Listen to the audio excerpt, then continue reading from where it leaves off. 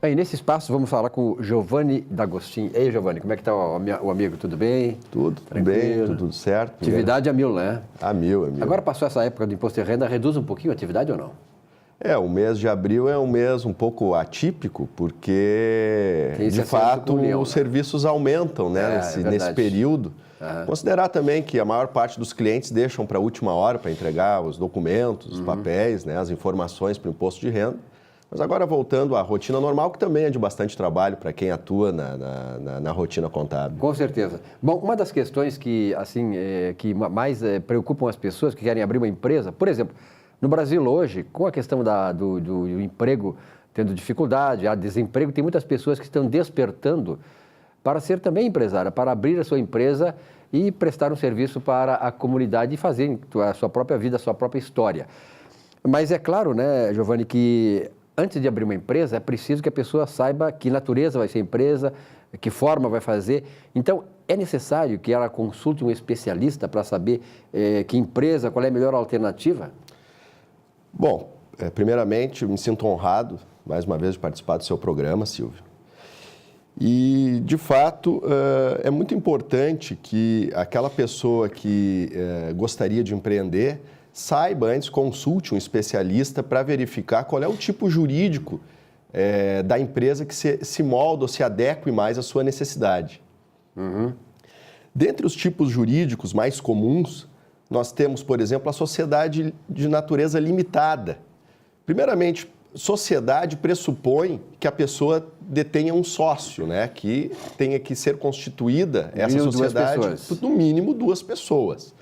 Muito bem, então, o Silvio e o Giovanni têm interesse de empreender, de exercer uma atividade mercantil ou de prestação de serviços. Então, nós vamos constituir uma sociedade limitada. Qual é o pressuposto basilar da sociedade limitada? Na sociedade de natureza limitada, a importância do capital social é a responsabilidade que nós temos perante terceiros.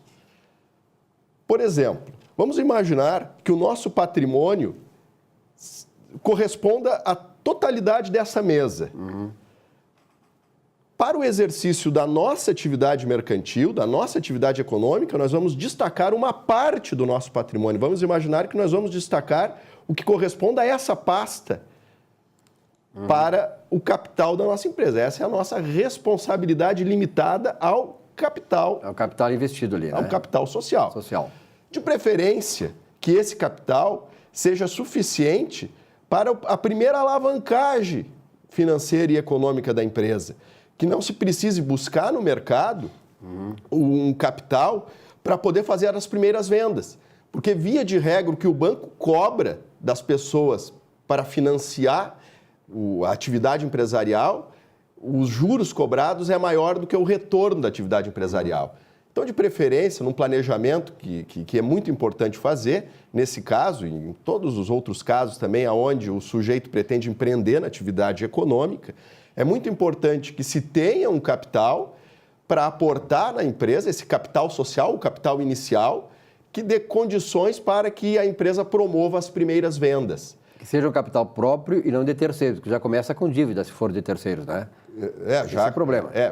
Se buscar dinheiro no mercado de modo a implementar as primeiras vendas, muito possivelmente não haverá margem de lucro suficiente para dar continuidade nas vendas das empresas. Perfeito.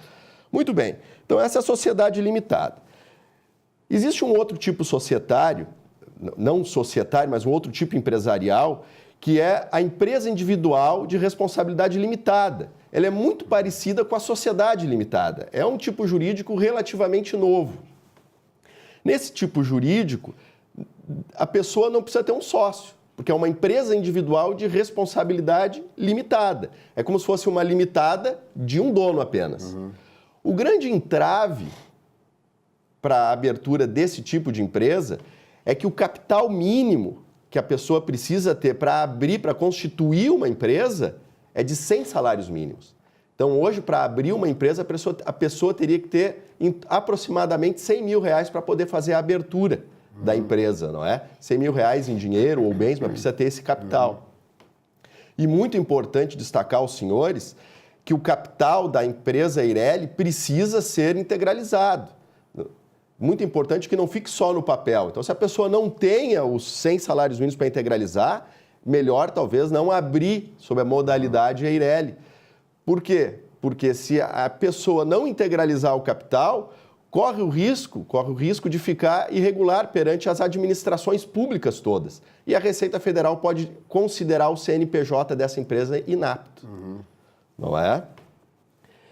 Uma outra formatação jurídica é o empresário individual de responsabilidade ilimitada. Nesse caso, a pessoa preenche um formulário de empresário, leva registro na junta comercial, não precisa ter um capital mínimo, como na Eireli, não é? No entanto, nessa formatação jurídica, o patrimônio do dono da empresa vai se misturar com o patrimônio da empresa para os fins de responsabilidade perante terceiros. Então, se a empresa ficar devendo para fornecedores, o fornecedor pode buscar o patrimônio do dono da empresa e vice-versa, não é? Então, o patrimônio do ente empresarial e o do dono da empresa se misturam. Então, isso é uma reflexão que é muito importante se fazer antes de se abrir uma empresa sob a modalidade do empresário individual. Um recado também que eu considero relevante é que o empresário individual de responsabilidade ilimitada, ele foi criado esse instituto jurídico para o exercício das atividades mercantis. Exercício das atividades mercantis, compra e venda de mercadorias, produção de mercadorias, fabricação de mercadorias, prestação de serviços em geral. Não sugiro que um profissional liberal, né, que detém a formação superior de 3º grau, constitua uma empresa individual para o exercício da atividade profissional. Por quê? Porque a empresa individual, ela não possui personalidade jurídica civil. Ela é equiparada à pessoa jurídica para os fins da legislação fiscal. E o regulamento do imposto de renda estabelece que as atividades de prestação de serviço intelectual, prestação de serviço técnica e científica, elas não são equiparadas à pessoa jurídica quando formalizadas através de empresa individual. Então, se o sujeito é um profissional liberal e gostaria de tributar as suas rendas através de pessoa jurídica, muito possivelmente é melhor constituir uma sociedade para não ter ali na frente algum tipo de surpresa. Perfeito. Eu acho importante esses esclarecimentos, né? Então, porque sempre quando tu vai fazer uma ação dessas, tu cria uma responsabilidade pessoal também, até patrimonial, né? Isso, da própria família. Envolve a própria família. Então, eu acho que essas dicas são muito importantes. Parabéns, Giovanni, porque foi muito claro, né? E eu acho que as pessoas que estão nos assistindo, que estão querendo fazer esse investimento, que é um investimento pessoal, mas é um investimento que também tem os seus riscos, né? Possam ter bem absorvido essa tua mensagem. Então tá, muito obrigado mais por uma esta vez semana, pelo espaço. Então. Aqui abraço. No espaço conversando sobre contabilidade.